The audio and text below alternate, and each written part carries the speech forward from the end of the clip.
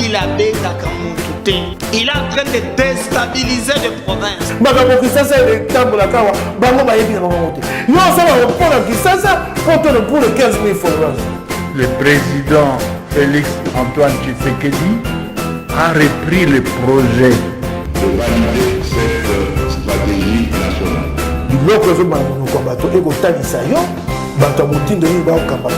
C'est la première fois que vous avez la vidéo na biso abonnez-vous.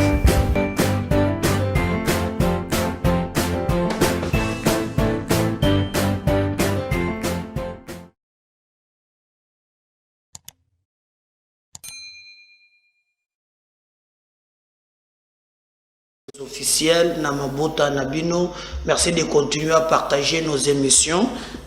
Toujours ça la mission, vous on a tantôt parfois qui chasse à courant, tous en a groupe, tous tchaboué.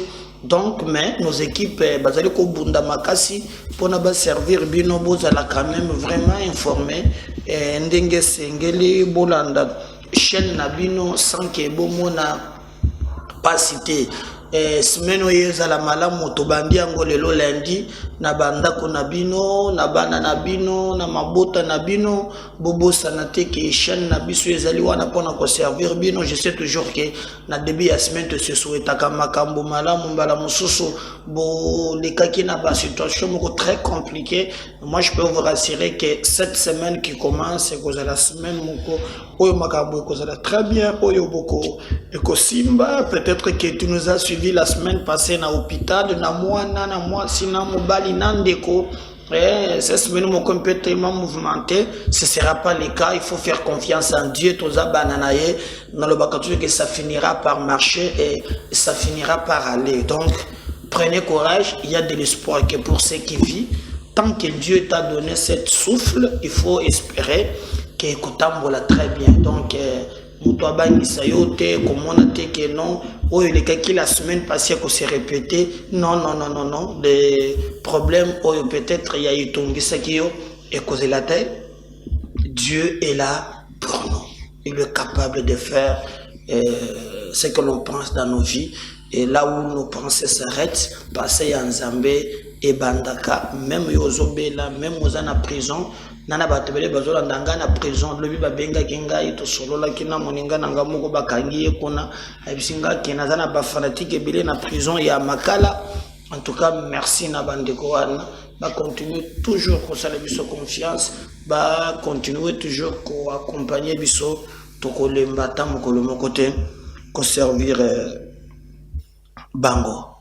Alors toko banda na premier sujet comme vous le savez. Bandaki Kozela, je crois, si c'est pas le vendredi, le samedi, non, c'était le vendredi. Autre tchela qui une réaction, il y a Francis Kalombo, il y a Zalé, porte-parole, il y a Moïse Katumbi, qui batebele s'attaquer na Moïse Katumbi balobe.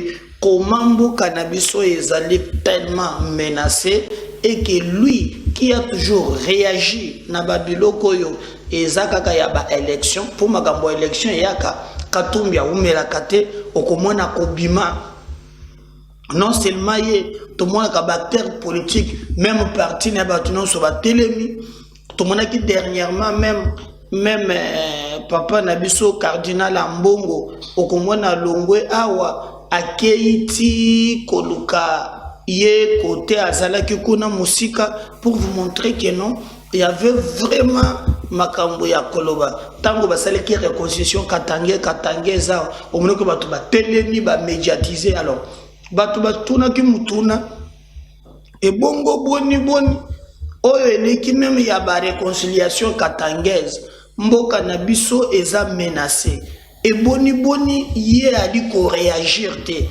intention ne yé penza eza nini bolanda ki to tchela ki bino même intervention ya auditeur moko peut-être que tozonge langolo pour bozana même mida mambolanda Olivier Kamitatu comment il a pu réagir lui-même na mutuna batuna kibango est-ce que eza malamu tozongela loi ya Tchani Quand on a en tout cas, c'est que Batoyo, na lolenge na bango, donc ceux qui mboka na biso eza attaqué, bango ba kopona na bango, ngambo na bango, et ngambo na bango yebani, eza ngambo ya bato, ba moneki bazali ko agresser mboka na biso. Tozo na biso lo ya tchani, ceux qui tout le monde que lo wan eza malam. Alors, Francis Kalombo a Meki, qu'on peut ça ba réponse. Il fallait toujours défendre l'équipe et pour la tête, pour lui. Après, c'est vraiment quelques exemples. À l'obéo, Katumbi Acha Regisaki via compte Twitter nae, Oyatali Saki Keno, Mayema Kolagana Katangi Zamalabalo. Batu Monege Zaka Kamuke, Sengelaki, Batu Naye, Ndenge Bazalaka Yemuko a tweeté. Dans un terme clair. C'est ainsi que Boyo Kolanda sorti na ya Olivier Kamitatu, où il y a, je crois, par sec naïe, où il y a comme le Kola Montomoko a tout faire, vraiment, à Zaliko Pesa, moi, Makambo naïe. Mais vous savez aussi que même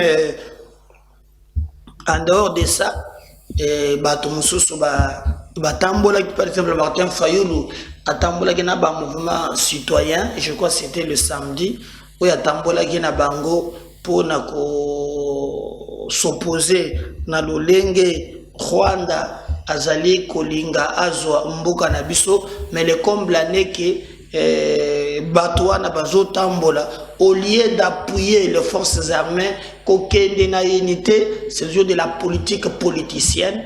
Politique ya koloka ko récupérer ya bouc émissaire le populisme même dans moment populisme mais au sengate et bango ba même toujours populisme donc ils allaient vraiment eloko ya pasi ils allaient vraiment eloko ya mawa ils allaient ko sepelisa bayimboka ata mokete mais en bref boyebake Moïse Katumbi a réagi via Olivier Kamutato pression oyo ba congolais ba tieye eleki ebele pression eleki ebele et il était dans l'obligation vraiment il a qu'à réagir et le seul moyen de réagir il a réagi via Olivier Kamitatu autre monaki regardez depuis bazu bunagana tala air il y avait quoi intervenir lelo mais banda kala likambo wana sa esalema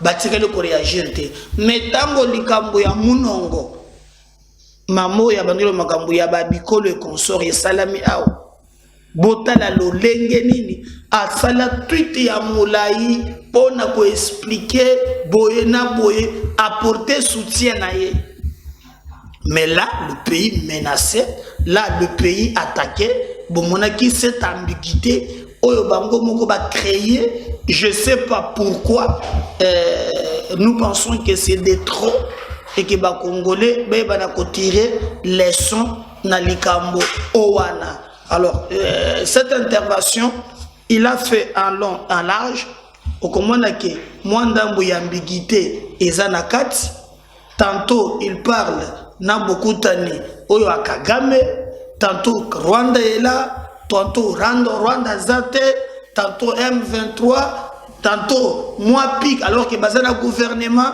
comme on a opposant à gouvernement, bana membre ya gouvernement, donc même dernièrement comme même na poste, na gouvernement ya Tanganyika, ba opposant, gouverneur a bien sûr gouvernement provincial, ba komi mukanda même na secrétaire général pour na ko single sous poste kuna.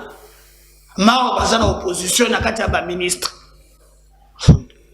nana bomona makambo ya kosala politique na Congo comprendre formule moko oyeza na kati alors ememi bango vraiment bande kona ngai na nino ambiguïté moko to comprendre sens na ngote mais face au journaliste il a tenté quand même ya ko pesa moi réponse na nini wana bon c'est le peuple qui juge. Sinon, il y a Francis Kalombo qui na semaine.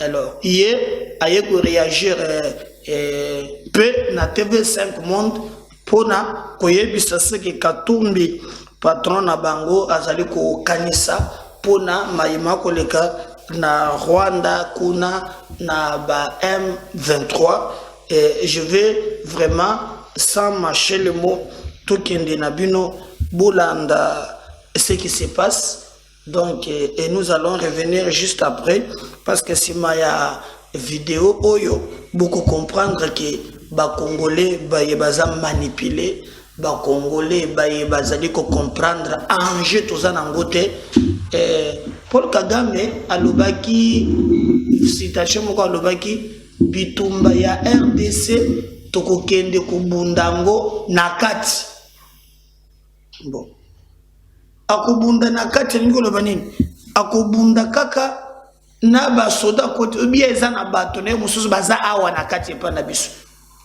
on comprend absolument rien kobunda bitumba nakati qu'est-ce que Kagame attend na likambo na yo kobunda bitumba nakati il attend quoi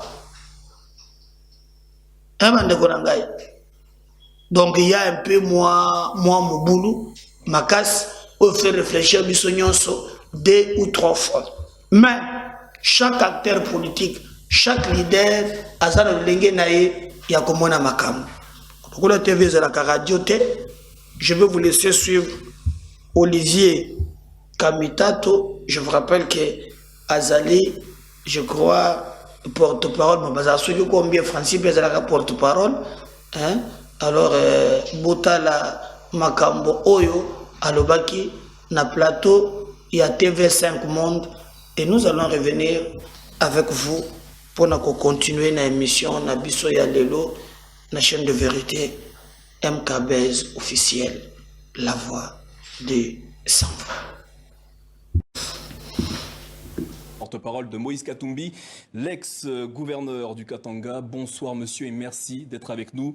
La voie diplomatique demeure l'option idéale et privilégiée pour instaurer la paix durable dans l'est de la RDC. C'est ce qu'a dit le président Félix Tshisekedi, cité aujourd'hui par la ministre de la Culture. Le point de vue du président est-il partagé par Moïse Katumbi? Bien, Moïse Katumbi l'a déjà exprimé de manière très claire, c'est que nous devons à la fois sécuriser toutes les populations dans l'est du pays. Ça fait plus de 25 ans aujourd'hui que les populations de l'Est souffrent, sont martyrs. 25 ans de souffrance, ce qui veut dire qu'aujourd'hui nous avons à désarmer et à éradiquer la violence et les groupes armés dans l'Est du pays, partout. Nous avons surtout également à éviter la stigmatisation d'une des communautés congolaises. Et nous avons aussi à discuter dans un dialogue franc, constructif, mais un dialogue franc avec tous nos voisins.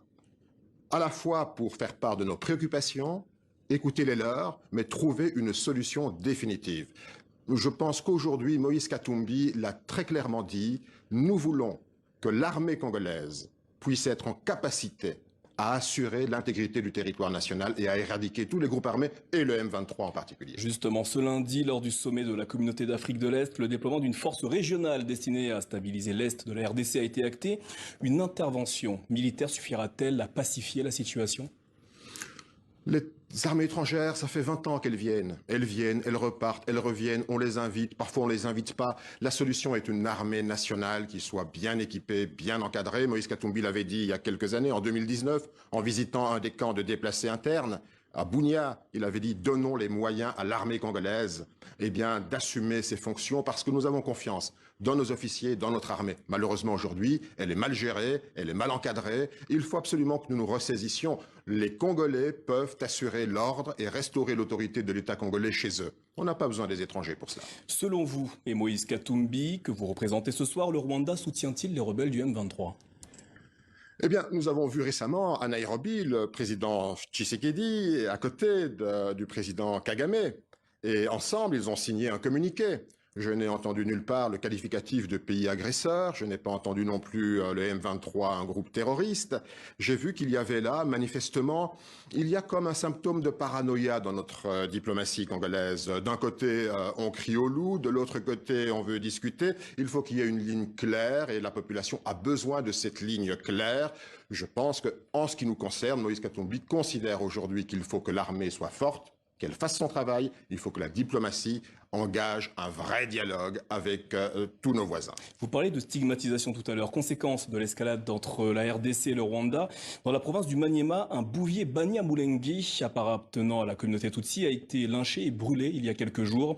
Moïse Katumbi compte-t-il intervenir, dire quelque chose face à ces messages de haine qui se développent de plus en plus en RDC? Ces messages de haine ont commencé il y a déjà, c'est une lente glissade à travers d'abord la congolité. Essayer d'exclure une communauté, puis une autre. Aujourd'hui, on sort des machettes à Kinshasa. Il faut à la fois, de manière exemplaire, punir, sévir ceux qui veulent cette nouvelle épuration. Ce n'est pas acceptable, c'est tout à fait intolérable. Moïse Katumbi l'a déjà dit, et nous nous exprimons très clairement sur ce point. Il n'y a pas à stigmatiser une communauté congolaise. Nous devons au contraire favoriser le vivre ensemble. Au Katanga, Monseigneur Fulgence Muteba l'a fait avec toutes les communautés katangaises. Aujourd'hui, au Katanga, il y a un apaisement. Nous attendons également un apaisement dans l'Est. La stigmatisation d'une communauté ne sert à rien. Au contraire, ça nous remet dans le passé. Moïse Katumbi fait partie des potentiels candidats à l'élection présidentielle en 2023 en RDC. Si il officialise sa candidature, il sera confronté à la question de la sécurité dans l'Est du pays. Vous travaillez avec lui. Quelles sont ses solutions pour endiguer ce fléau? Eh bien, la solution, c'est effectivement que nous ayons une véritable armée. C'est la seule solution. Non, ce n'est pas seulement la solution. C'est qu'il y ait à la fois une armée, à la fois un dialogue intercommunautaire entre toutes nos communautés, qu'on puisse améliorer le vivre ensemble dans l'Est du pays et à travers tout le pays, et à la fois engager un vrai dialogue avec tous nos voisins. Mais vous parlez des élections. Aujourd'hui, nous sommes à la croisée des chemins. Ce qui permettra d'avoir un Congo fort, c'est à la fois une armée forte, à la fois des institutions démocratiques et fortes, issues d'élections qui soient crédibles, transparentes. Le Congo a besoin d'animateurs qui soient vraiment légitimes. Il y a quelques jours, Moïse Katumbi et l'ancien président Joseph Kabila se sont serrés la main lors d'une rencontre. Quelle est actuellement la relation entre les deux hommes? Eh bien, c'était un dialogue de toutes les communautés du Katanga. Imaginez-vous que parmi les communautés, deux des grands leaders ne se serrent pas la main alors que toutes les communautés, sous l'égide de l'Église catholique et de Monseigneur Muteba, se réconcilient. Ce n'est pas une alliance politique, c'est une réconciliation de toutes les communautés. Chacun a ses options, mais nous voulons réellement demain que toutes les Congolaises et tous les Congolais, que le souverain primaire congolais puisse s'exprimer, et nous avons de sérieux doutes sur la qualité des élections qui auront lieu, alors qu'aujourd'hui elles sont préparées par une seule famille politique qui veut s'arroger à nouveau les moyens de conserver le pouvoir contre l'ensemble du pays. Tout autre sujet, à présent ce sera ma dernière question. Le cercueil de Patrice Lumumba, l'icône congolaise, est donc rentré au pays. Il a fait établir à Kisangani, ville du nord-est de la RDC, des cérémonies de deuil national sur le site de Chilatembo, dans le Haut-Katanga, vont avoir lieu. Savez-vous si Moïse Katumbi y participera? Eh bien, donner une sépulture au premier ministre du Congo, c'est une chose extraordinaire. Mais la page ne se tourne pas parce que Patrice Lumumba a une belle sépulture. C'est un moment historique. Je ne sais pas si Moïse Katumbi sera en République démocratique à ce moment-là, mais nous partageons bien entendu la ferveur et la joie de la population d'accueillir la dépouille, enfin la relique du Premier ministre et de lui donner une sépulture digne de son nom. Mais ce n'est pas pour autant que la page est tournée. Olivier Kamitatuetsu, merci beaucoup d'avoir répondu à nos questions ce soir au sujet de la situation entre la RDC et le Rwanda. Wana bolandi ezali Olivier Ikamitatu boyoki réaction naïe. Pas de commentaires, mais avant il y a Loba Francis Kalombo pe alobaki solution alors sombo na bandade hein et si là donc c'est très compliqué donc akabasoso mbongo na bandade mais yep alobaki vraiment tolanda réaction naïe ya manso ya alobaki pe batonaki yende mutuna pona nini bazo réagir te c'est que Noël Tchani azana raison bango batebele batake bango bolandi Olivier Kamitatu bolanda pe ce que Francis Kalombo avait dit et nous allons revenir juste après avec vous pour continuer l'émission nabiso ya mokolo ya lelo. Mutuna na mbala moko lolenge na bino ya sika ya koyeba bansango. moi, c'est Féline Kouba, na Bengena, à partir de la maison commune maire de Kinshasa, Moïse Katumbi, na ensemble, na yo, qui a ta communiqué, mon côté, pour pas Moïse Katumbi, pour condamner l'agression contre RDC. Donc, même à ta porte-parole, na le vélo, mon côté. C'est que, Mambo, Noël Tchang, na proposition, na ye, le père des mères, donc je vois que, Topé Sassiko, Noël Tchang a raison. Lokuta loi tchadi biso tokipaka yango te eza loi moko ezo violer constitution eza loi moko emonanaki mbala moko ke kosalama te eza loi moko eyaki mpo ekabola bacongolais nakanisi ntango ntingi pulula amekaki suki koya nango na parlement honorable delis esanga recadraki ye mpona kolakisa ye ke eza biloko moko ezanga na ntina ye koboma mboka nde koboma eloko toza nango besoin lelo tozala bomoko tozala bomoko pamba te mboka eza agressé kolobaki biso tolobaki te eza lokuta nalekaki na émission nakendaki même plus musika namoni bapoliticien ebele bakomi barécupéré bakomi kolanda yango ndenge nga nalobaki naloki muzito pa lobi yango totonga mire parce que Rwanda bandi koagresse biso kala likambo afdeler oyo Rwanda yaka nango kaka mwende likambo aye nango po makambo esila nakanisi Moïse Katumbi dere debi a tweetaki botala na Twitter na ye bokomona asi a réagisaki na ebandeli oyo ezosala malelo alobaki yango alobi tosala biso nde bomoko tosolola malamu totia kimia ce n'est pas na bitumba nde tokoramene soki monguna azoyoka te il faut que na kati ya mboka tolakisa bomoko mokonzi ya mboka abengisa bato nyonso tosala bomoko po ete tokokombate adversaire kaka bongo soki tosali bomoko si Moïse Katumbi dere debi atwitaki botala na Twitter na ye bokomona asi a réagisaki na ebandeli oyo ezosala malelo alobaki yango alobi tosala biso nde bomoko tosolola malamu totia kimia ce n'est pas na bitumba nde tokoramene soki monguna azoyoka te il faut que na kati ya mboka tolakisa bomoko mokonzi ya mboka abengisa bato nyonso tosala bomoko po ete tokokombate adversaire kaka bongo soki tosali bomoko te adversaire azoprofite na division na biso interne azokabola biso yango azokota na kati tozala bomoko toyokana mokonzi ya mboka bengisa bai politiki nyonso na baoyo ya société civile baluka ndenge nini tokosala po kimia ekota définitivement na mboka. Francis Kalongo ozali molobeli ya Moïse Katumbi ata mokolo moko te bosali ata likita mpe na nsima nango bosali déclaration mpona condamner Rwanda bosali yango te. Moïse Katumbi na ensemble tokolingi tosala mosala po kimia ekota na mboka na biso ya libela il faut tozala nano bomoko bolingo ezala nano entre biso ntango tozobunda biso na biso monguna azokota lere eza so na kobunda te mboka eza agressé lere ekomi ya koluka solution solution Moïse Katumbi asapesaki piste ya solution soki bakoyokela ye ekozala mpe malamu. Voilà. Bon, balobi akabaka te yaka mpe bandale te soki du budget mpe ekozala diminuer. Donc, ce sont que bana bandal, bazoui bisangawa. Donc, voilà. Voilà, voilà déjà Francis Kalongo, c'est que lui aussi pense na makambo oyo mazale koleka. Alors, est-ce que M23 ndenge bozo yoka, est-ce que Makenga Sultani Makenga, est-ce que Akoufi pour lobby na ba réseaux sociaux en tout cas etamboli mingi etamboli na kotambola ba lobby Sultani Makenga patron ya M23 au batie lokola a représenté Bango Barwande One Sultani Makenga il na ba négociation nyonso négociation ya boy négociation ya boy négociation ya boy après tout boy bandaka na en fait boy na personne na moi genèse l'M23 avait comme 23 c'est CNDP patron nango ezali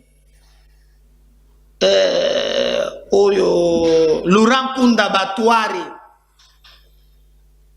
et bandaka d'abord na oyo batinda na CPI oyo comment il s'appelait Kabila Boya kito zoyete donc Bosco Tanganda kombo yelingai Bosco Tanganda à Longolie, à se retrouver que à Keyukun après diminué. Tito comme en 2009, Bayeba signé Yango d'une manière polélé na gouvernement na Raymond Chibanda. C'est Laurent Kunda Batware, gouvernement na biso zali Raymond Chibanda. Na taba toni boko mpeko lati sango muzito pour ezoki metusu de muzito mutala ka premier ministre. Oza soki boakele bango bango pe bolokele ko ba boakele bino. Je commis à Bongo. Donc et si et comme ba mususu ba pasteur Runiga Runiga bazala plus pas pasteur même à ça ça pasteur ateka bisona no mona tika côté on est côté bisona ba protestant boye ce qui le leadership de Christ Runiga bazaka pasteur nde sukoyo Makenga Sultani Makenga nde ayeko zoroje lumbala bakenda kinaye so kindengeni ni tout ça. Alors c'est lui-même le patron ya M23. Suko balobi akufi bitumba ezalaki lobby olo yakabujika na madongo ntaba melimai bitumba yakosakana te bunda milobi. Alors l'armée a pesi précision na oyo zotala nini eleki na komba na bango na makambo ya bitumba wana nini eleki. Alors sikoyo boyoka communication officielle oyo ezali nani akufi po bitumba eleki. Donc balobi agression de la RDC par le Rwanda, le numéro 2 du groupe terroriste, voilà très bien, Ezali Sultani Makenga numéro 1 T, le numéro 2 Nabandeli, l'agression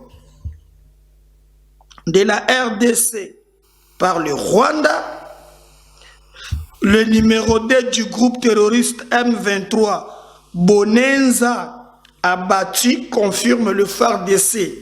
Makenga, le leader, n'est pas mort, il est blessé. C'est là après des violents combats au village de Tchangi, à Runyoni, à la base de cet exploit, l'unité spéciale des FARDC formée au Gabon, commandé par le colonel Serge Mavinga. D'ailleurs, on va vous envoyer beaucoup de commandant ou beaucoup de photos na yekaka. On va illustrer commandant wana. Tout ce qui est imaginez moi ce qui va comme na ngome au moins photo beaucoup mona yewana. Donc motu oyo azili kama ya liwa ezali Bonenza. Bonenza naza numéro 2 ya M23 mais Makenga ye moko azape blessé bitumba wana e bundami wapi e bundami vraiment na village Tchangi à Runyoni. Donc c'est quelques villages tandami na Bunagane au moni.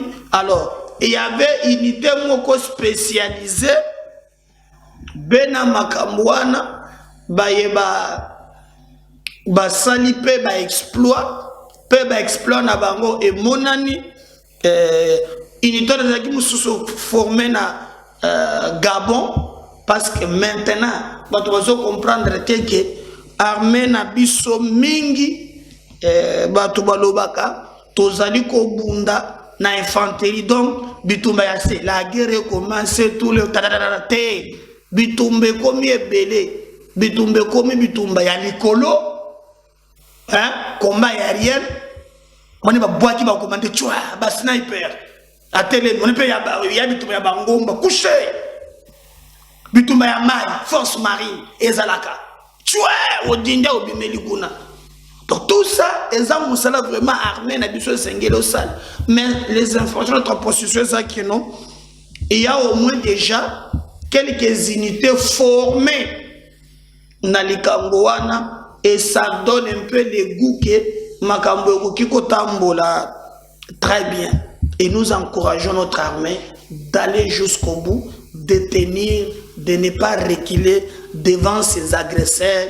Oyo et Zali Kosalema. Donc, lobby pour retenir que Bitumbe Zalaki Makas na Changi a Runyoni et Zali Mboka Moko a face na Bunagana Bitumba et Salama ki Makasi ya Kosakanate na kati ya Bitumba wana Batuba Kufi 1 numéro 2 ya M23 a Kufi Kombona ye Zali vraiment Mbonenza mais Sultani Makenga numéro 1 Yemoko aza blessé donc Wabitumba elekaki lobby bozala okora na yango parce que biso de lobaki tokopia bino formalité et je vous ai même dit que non ba unité ebele ezolongwa awa ezokendebe na ba mboka wana ya est donc baza déterminé na mona ki ko ba mususu bazo beta mana ko chele bini bilu boko mudala yango Félix apesa biso mandoki tokota na Rwanda tobo makagame ozomona mais boke bakankonda ya ko longolisa bino bateni wana ya dinge ko tanga magambo ya basoda balo baotozwa Kagame te omoni Jules Munyira fingi batu nyonso e bakangiete mais quand il a touché seulement que non Kagame Rwandais yewana bakangiye je porte parole de chef de l'état muka tombolo mo mai parti ekofi kaboya kangisiye est-ce que vraiment ya sol mais le vidéo pezali je crois mais c'est pour vous dire que non biso tozalinde tolobaka toujours au cœur de l'actualité peut tozali vraiment ko botake boyeba actualité sans formule o ezali koleka na mboka na bino sans complaisance ni faux fouillant. Donc en bref actualité et yangoan. Maintenant je vais vous laisser suivre avec moi botola basse soda ya mboko au lieu ya kukamata biloko o ndengeza boye tokei na ba makambo ya tondo loka soki ba mutualisation botala ba soda na biso ndenge bazo kende est ndenge bazo déterminer ndenge toko kanga Kagame wana na maboko ko kanga Kagame wana na maboko bonjour matin. Merci nos forces armées. Tous derrière bino. Mutobangi sabiso azate. Tolanda mapinga ba yebazo sala ba exploit avant de récupérer Bunagana. On suit et on va revenir juste après pour continuer na masolo na biso mokolo ya lelo.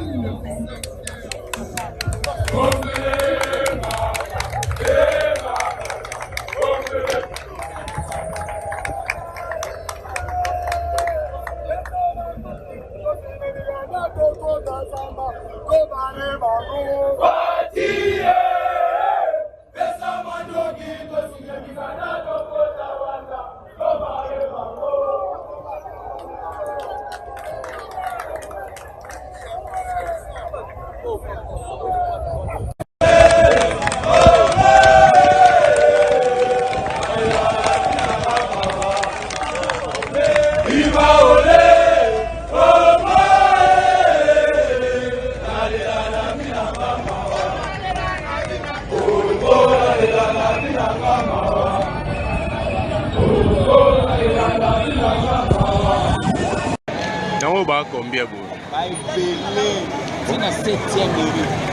Là où tu vas où tu formation.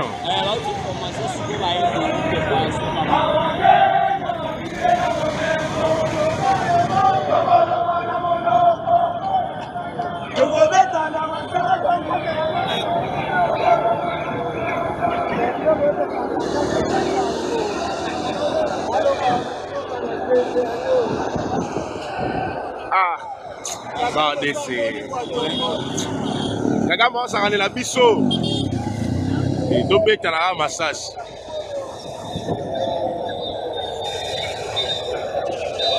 et puis on a la majorité ba nouvelle unité.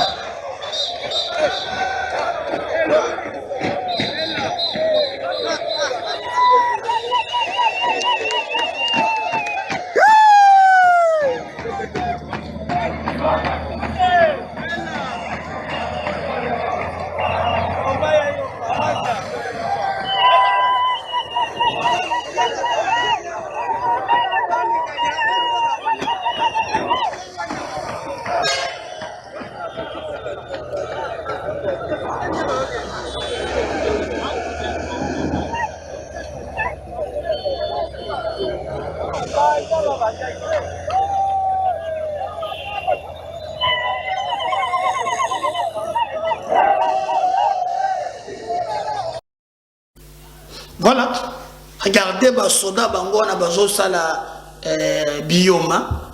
Donc makambo bozo yoka ya o soki ba force wana baya il faut ndeba oyo derrière nos forces armées. Oui. Donc Olonga. Merci de partager ce lien. Voilà que vous commentez. Je reviens tout de suite. La deuxième numéro à tout à l'heure. Merci. Bye.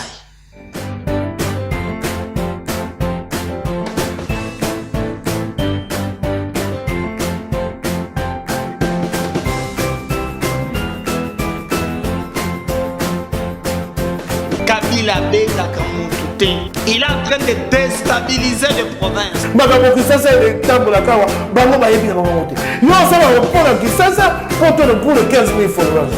Le président Félix Antoine Tshisekedi a repris le projet de valider cette stratégie nationale. Biloko zo ba no ko bato e ko talisa yo bato motindo ni ba okamba boka. C'est la première fois que vous avez la vidéo na biso abonné.